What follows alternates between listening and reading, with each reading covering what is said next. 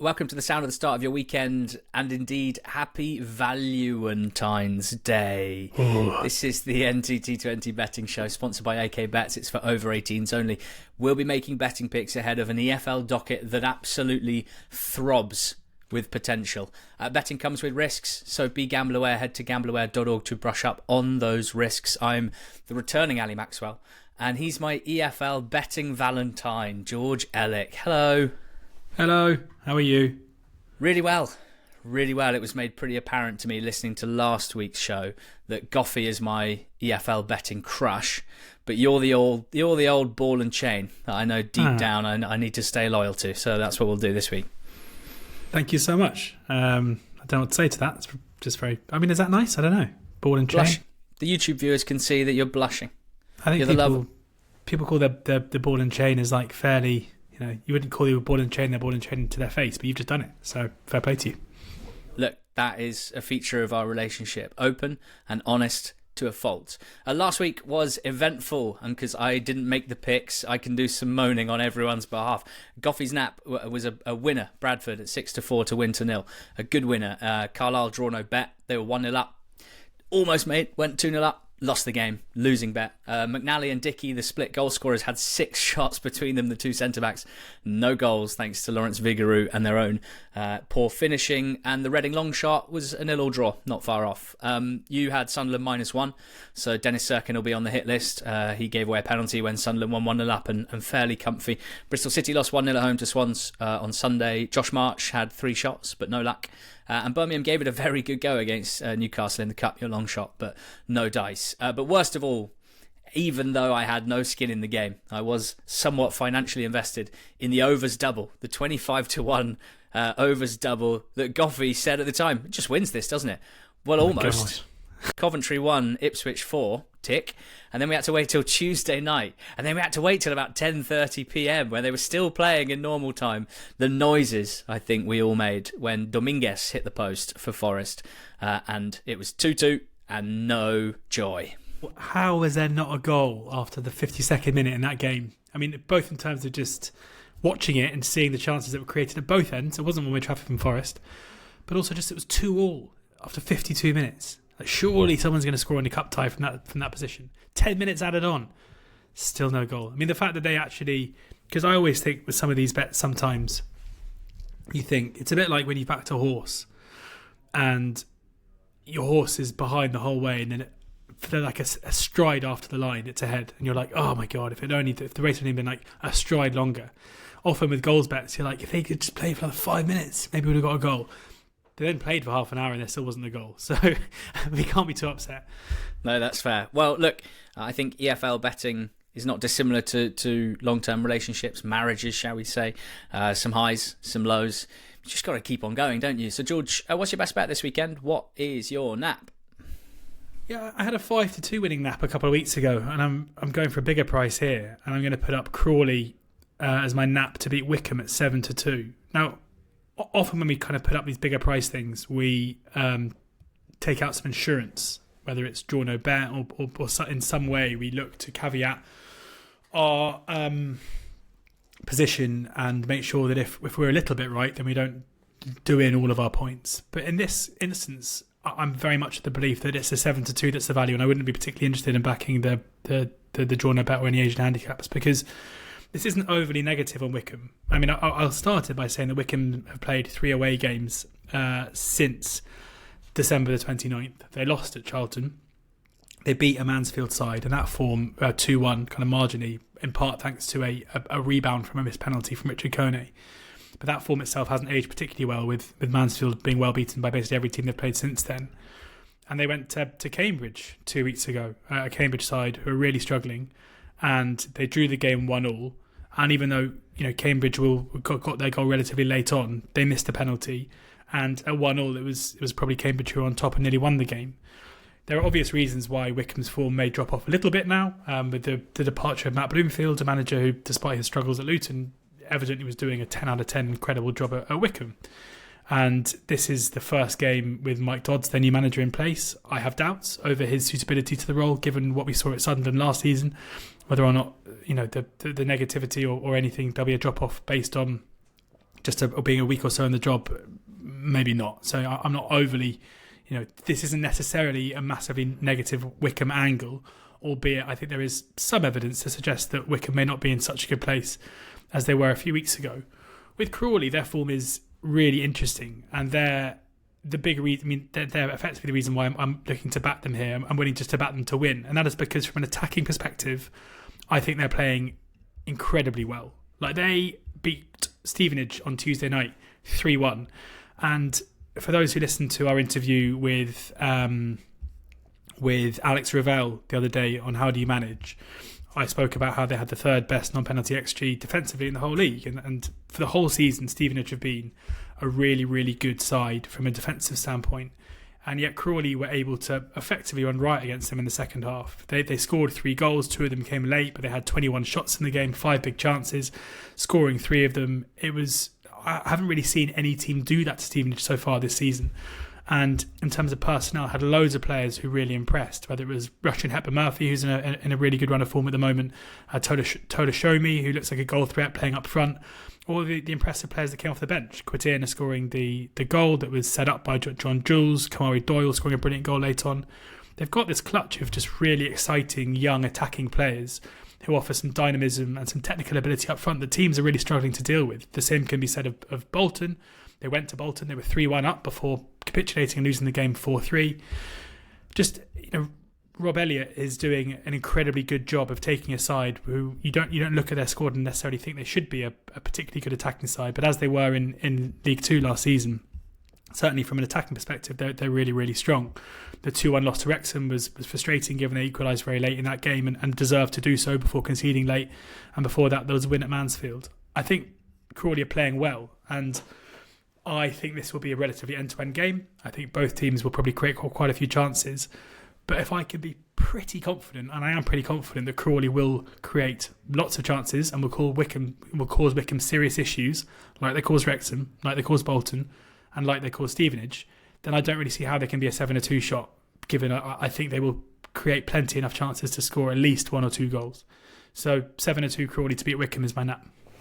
It's not lost on me that you've napped up a team that on Monday I described as being the most deeply unserious team in the EFL. There you go. I love Crawley. I also had a chuckle when you said sometimes we take out insurance on picks like this, and I thought to myself, Crawley are the team in the EFL least likely to bother with insurance. Just see what happens. It'll be all right. Yeah. Everything will be all right. That's what I did. I'm napping up another League One team. At the other end of the table, though, Stockport, my nap, to beat Wigan at 6-5 on Saturday. Stockport are a really, really good team, and they're in fantastic rhythm. 5 wins in a row, should have been 6, but in midweek they conceded an injury time set-piece goal at Bristol Rovers. That was a 1-1 draw. They were comfortably the better side for the majority of that game, and their away form is impressive. Before that draw with Rovers, they'd beaten Reading, they'd beaten Orient, who've been one of the best teams in the league, and they were clearly the better side on that day as well, which I thought was highly notable. And then that draw with Rovers in midweek. I feel like I repeat myself quite a lot about Stockport, because for almost 3 seasons of EFL football now, it's been the same, and a couple in the National League before then. They're excellent. They've got an excellent manager. They've got a great squad. They've got a great style that allows them to win games in a number of different ways and different types of game against different types of opposition. They really, really don't have any obvious weaknesses, which most teams have. And they have a consistency about them because of Challoner at the top of things having such a strong grip on things. They have a great temperament, and when they lose a game, they seem to very rarely lose another one. And if they do lose 2 in a row, you start to wonder if they might slide down the table. They sort themselves out. So I'm very pro Stockport. And as for Wigan, I'm always happy to get against them, particularly at home, to be honest. They're one of those weird teams that have a better points per game record away from home than at home. Those are not my kind of teams. It really doesn't reflect very well on your ability to take the game to an opposition if you can't do the business at home in front of your home fans. They're 16th in the table. They've only played 7 of the 15 teams above them at home this season. Their record in those 7 games is no wins, 2 draws, 5 defeats. Stockport are a team that I think will be too good for Wigan. The only home games they've won were against teams beneath them: Northampton, Crawley, Peterborough, Bristol Rovers. But this is completely different test for them. They sold their best attacking player in Tello Asgard at the end of the window. Since he left, they had a stinker at Peterborough and lost 1-0, barely created anything. They had a 1-1 home draw with Lincoln. Johnny Smith is kind of, at the moment, seems their main and maybe only attacking threat. And they've scored less than a goal a game at home this season, which is just miserable. And Stockport have conceded less than a goal a game on their travels this season. So I do think there's quite big 1-0 potential here, and that was almost my pick. But I'm just happy to go on the nose and lay down my 2 points on Stockport at 5-4. I think there's a big golfing quality, and I don't think the home advantage / away disadvantage really makes a difference here. So Stockport are my nap at 6-5 in League One away at Wigan. And next up, is that a Freudian slip of you saying golf rather than golf? I feel like a big. There's a huge gulf between these teams. Big golfing quality. Always on the mind, particularly when the weather's not so good outside. Next best time, George, what's your V-Day NB? Personal. I would. My next best is Sheffield United. Flowers. NB. Chocolates. To nap. The opposite of a nap is flowers. The biggest negative of Valentine's Day is flowers. Buy flowers for your other half at any other time in the year, and it costs an acceptable amount of money to do so. Buy flowers on Valentine's Day, you're being absolutely fleeced. There are other nice things, and it's also so unimaginative. Just buy other nice things for your other half for Valentine's Day. Anything else, then you are losing if you buy flowers. Sorry. Right. I wouldn't mind getting some flowers, to be fair. I would Sheffield United Blades.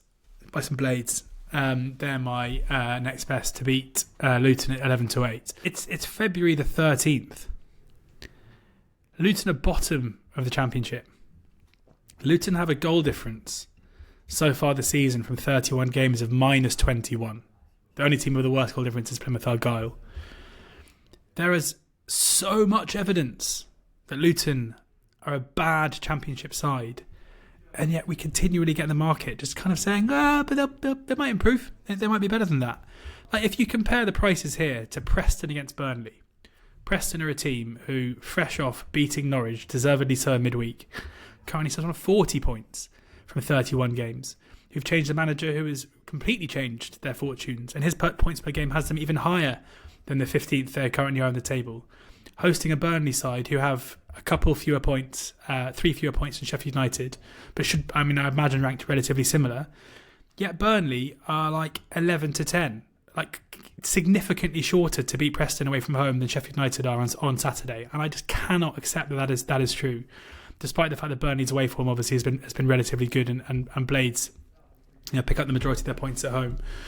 Like, Sheffield United were good last night in beating Middlesbrough 3-1, completely deservedly so. They made light work of a pretty good side in Borough.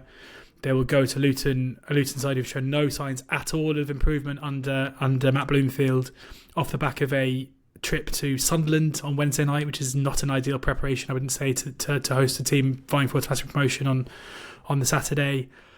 I just don't get it. I don't understand why, if this was Plymouth Argyle, or if this was Cardiff, or if this was basically any of these teams on a comparable derby, comparable level, even Oxford to Luton in terms of points, Sheffield United would be so much shorter, and yet because it's Luton, for some reason they're 11-8 and a backable price.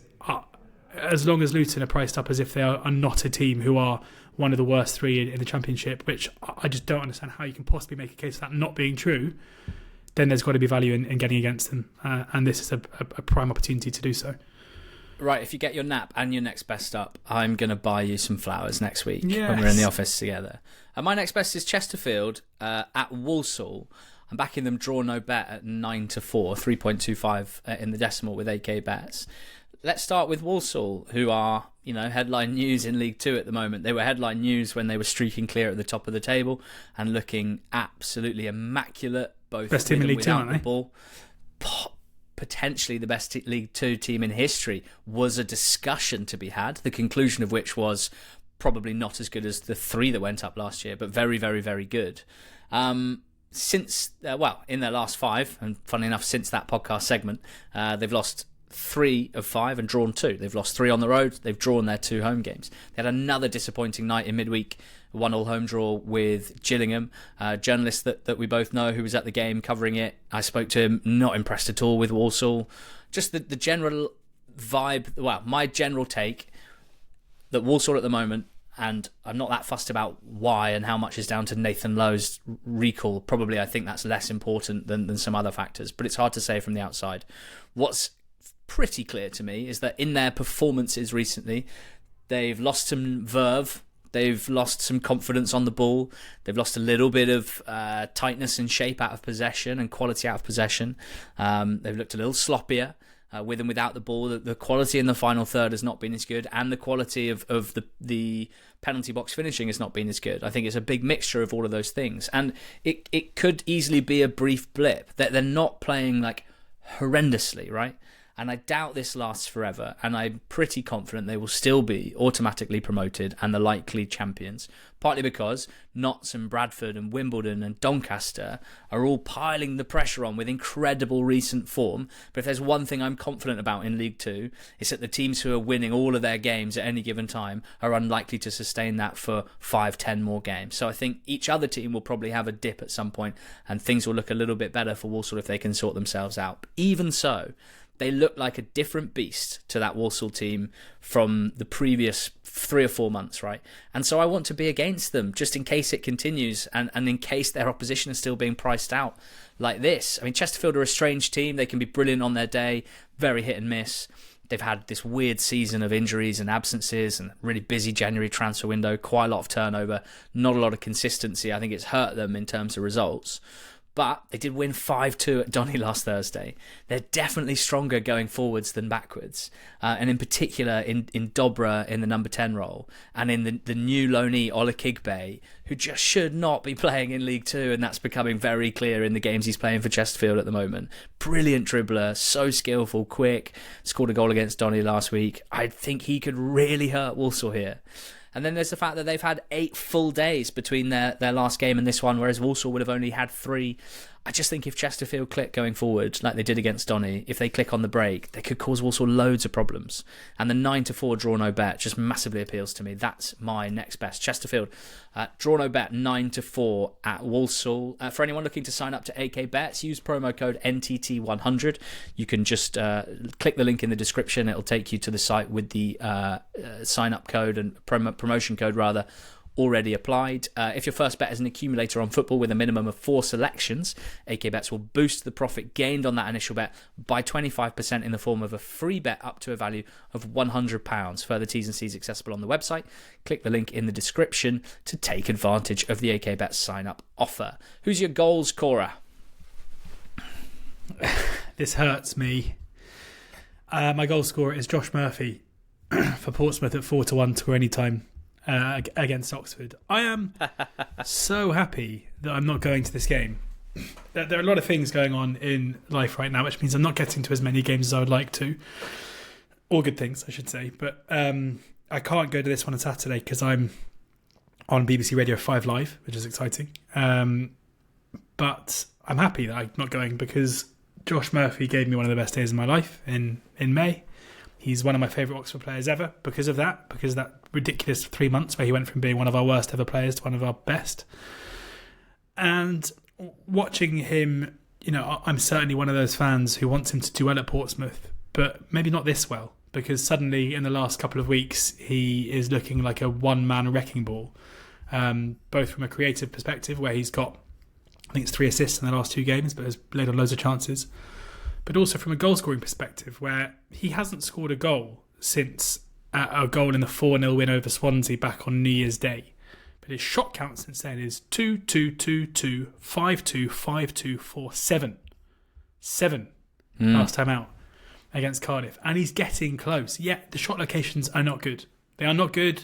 It's not high XG stuff. It is, I'm going to cut in on the left-hand side and try and smash it into the top right-hand corner, which you might remember he did pretty well at Wembley before scoring a second goal in that game. He is a player that will score goals, who has the quality to shoot off both feet, who forced a good save with his left foot from range on Saturday against Cardiff too. Midweek against Cardiff too. The goal is coming, and clearly I have no idea what kind of reception he'll get on Saturday. I think some people will boo and some people will cheer. It'll be quite weird. But in the form that he's in and the kind of player that he is, he will really be targeting Saturday, I'm sure, to make a mark. And I would be amazed if he didn't come very, very close to scoring at some point. Peter Kioso will have, I assume it'll be Kioso. There's a chance he might bring Sam Long in, I guess, just in terms of a more defensive-minded fullback who knows Murphy's game a bit. I mean, I personally think that Kioso is probably a better one-on-one defender than Long. But yeah, I think whoever plays the right back's going to have their work cut out, and I expect that we're going to see Murphy, for a Pompey side that I kind of think are probably valued to win the game anyway, sadly. I'll be amazed if Josh Murphy didn't have his say, regardless of the result. Even if Oxford do come through it unscathed and continue their very good form under Guy Rowett and win this game at home, I still think Murphy will have a say, and I'd be amazed if given his current form, if he has one of his off days. So at 4-1, he seems like a huge price to me to really deliver that the goal that will break many of our hearts. On this weekend of all weekends. I was quite keen on Murphy at 4-1. I didn't think a double goal scorer pick was particularly exciting. I've got an equally good 4-1 pick, I think, in the Championship. Another player that will be playing nominally off the left of attack, but does it in a very different way to Josh Murphy. That's Gustavo Harmer of Sheffield United. They're your next best, and you made a compelling case, which made me feel good about this pick. 4-1 anytime. Harmer is an incredible player at this level. We knew it. We discovered it 3 years ago. We knew it 2 years ago, and then he had a year in the Prem, and now he's back in the Championship, and he's still absolutely excellent. He's also a big goal threat, and increasingly so for Sheffield United, for whom he plays a much more attacking role than he did at Coventry. Anytime has landed in 7 of 26 starts this season, so about a quarter. So 4-1 seems fairly legit on that front. But Luton is still looking pretty poor, as you say. He's had 9 matches this season of 4 shots or more. In recent games against Norwich, he had 3 shots on target. Against Watford, he had 2 shots on target. Even in games where he hasn't hit the target, he's gone very close in recent games. And I just really like him to be a big goal threat for Sheffield United at Kenilworth Road on Saturday. I'm a little bit nervy because there was a hint of a hammy for Harmer on Wednesday night, and no one likes a hint of a hammy, but he was feeling it even well before he came off on 81 minutes, and it didn't seem to be affecting his mobility. Wilder said afterwards he had a bit of fatigue into that hamstring. So I mean, it's quite a quick turnaround here, and so I think if I was considering joining me here, I would probably wait for team news. I don't have that ability here, so I'm going to risk it because I think 4-1 represents good value for a Gus Harmer goal anytime for Sheffield United at Luton. What's your long shot, please? My long shot is over 4.5 goals, trying to repeat the trick with my FA Cup pick last week between Swindon and Harrogate. Swindon's games are going very Ian Holloway-y. Over 4.5 has copped in their last 2. They drew 3-3 at home to Port Vale last time. They beat Carlisle 5-1 away from home the time before that. This is how we expect Ian Holloway teams to play. Kind of careless, reckless abandon going forward. Not necessarily great defensively, but that generally is a pretty good way to yield points when he's got his teeth into a team. And that's exactly what they are right now. And in Harrogate, I kind of mentioned this last week in my Josh March goalscorer bet, where they are struggling for goals at the moment, but they're not really struggling for chances created. And it feels like at some point pretty soon, some of these are just going to go in. High shot counts consistently in games, Josh March being at the forefront of that. And maybe, when you consider the teams they've played against recently, good teams, good defensive teams, Donny, Crewe, Bradford, and then that MK game where they lost 2-1 but created loads. I think when they do come up against a team that maybe aren't quite so good defensively, such as Swindon here, they might be able to actually convert some of those chances. So this to me feels like an obvious one that could go a little bit crazy, especially if we get an early goal, and might follow the trend of Swindon's recent games. So 7-1 about them this one to cover over 4.5 is my goal, long shot. Wild thing, you make my heart sing. Shrewsbury win to 0 at 6-1 is my long shot at home to Bolton. You were on this early doors and you got that great Shrewsbury winner against Mansfield 2 weekends ago. And you start looking back, and since they drew away at Wigan on the 21st of December, that's 11 league games. They've only lost 3, they've won 4, and they've drawn 4. And even the defeats suggest that Shrewsbury are just doing quite well, because their defeats are only away at Orient 1-0, away at Charlton 1-0, away at Stockport 1-0. Three of the best teams and most informed teams in the league. The only teams that can beat Shrews over the last 2 months or so. Bolton come to town. It'll be Schumacher's third league game. They lost 1-0 at Reading in his last away game, his first game. Then a 4-3 against Crawley. I'm finding it quite difficult to take a lot of signal out of those two. The main point of interest being that he did change shape for that Crawley game. You know, Bolton under Everett have been a 3 at the back team for absolutely ages, but they went 4-2-3-1. It kind of looked a bit weird and confusing to me on paper. Schön was playing right wing and Osei Tutu was playing left wing. They haven't necessarily got the squad for this, but that's what he went with, and I'd be interested to see if he goes for it again. I think if he goes for it again, I feel better about this bet.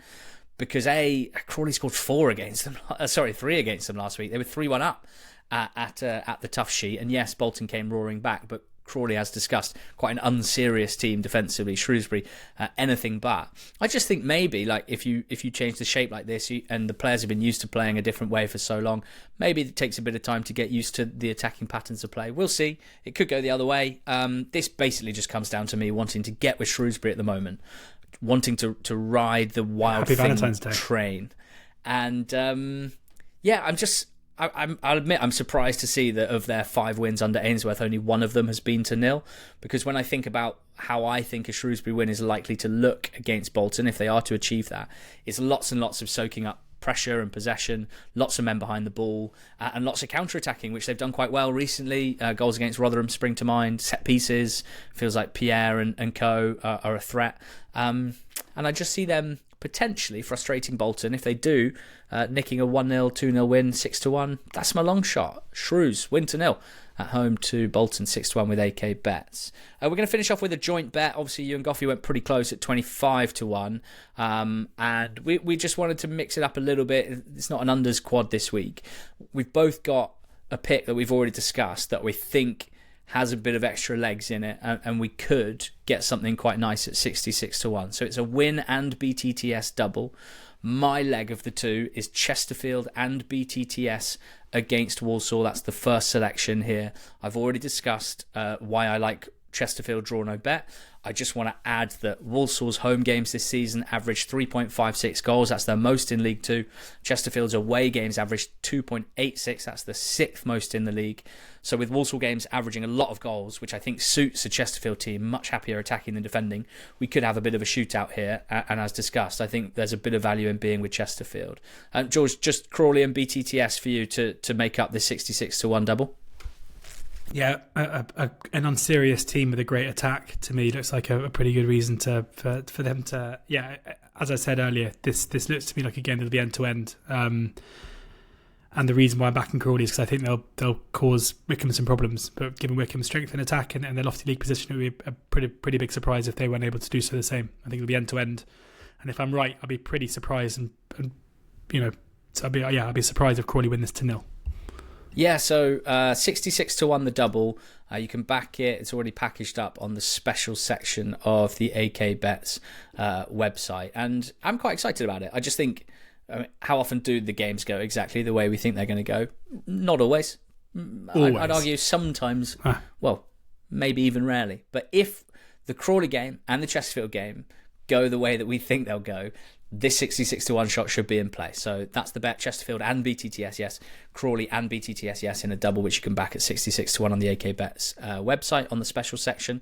I'll recap my selections and then we'll hear from you. Stockport, my nap at 6-5 to beat Wigan in League One. Chesterfield, draw no bet at 9-4 against Walsall in League Two. Gus Harmer anytime, 4-1 for Sheffield United to score against Luton. And my long shot is Shrewsbury to win to 0. 6-1 with AK Bets at home to Bolton. What are yours? Crawley, my nap at 7-2 to beat Wycombe. Sheffield United, my next best at 11-8 to go and beat Luton. My goal scorer is Josh Murphy at 4-1 anytime against my beloved Oxford. And then over 4.5 goals in Harrogate against Swindon at 7-1 is my long shot. Come on, that'll do. Enjoyable, snappy betting show. Hope you guys have a fantastic weekend. All the best with any selections that you make. Do make sure you're gambling responsibly. And join us on Monday for a recap of what I reckon will be a pretty damn spicy weekend in the English Football League. Go well.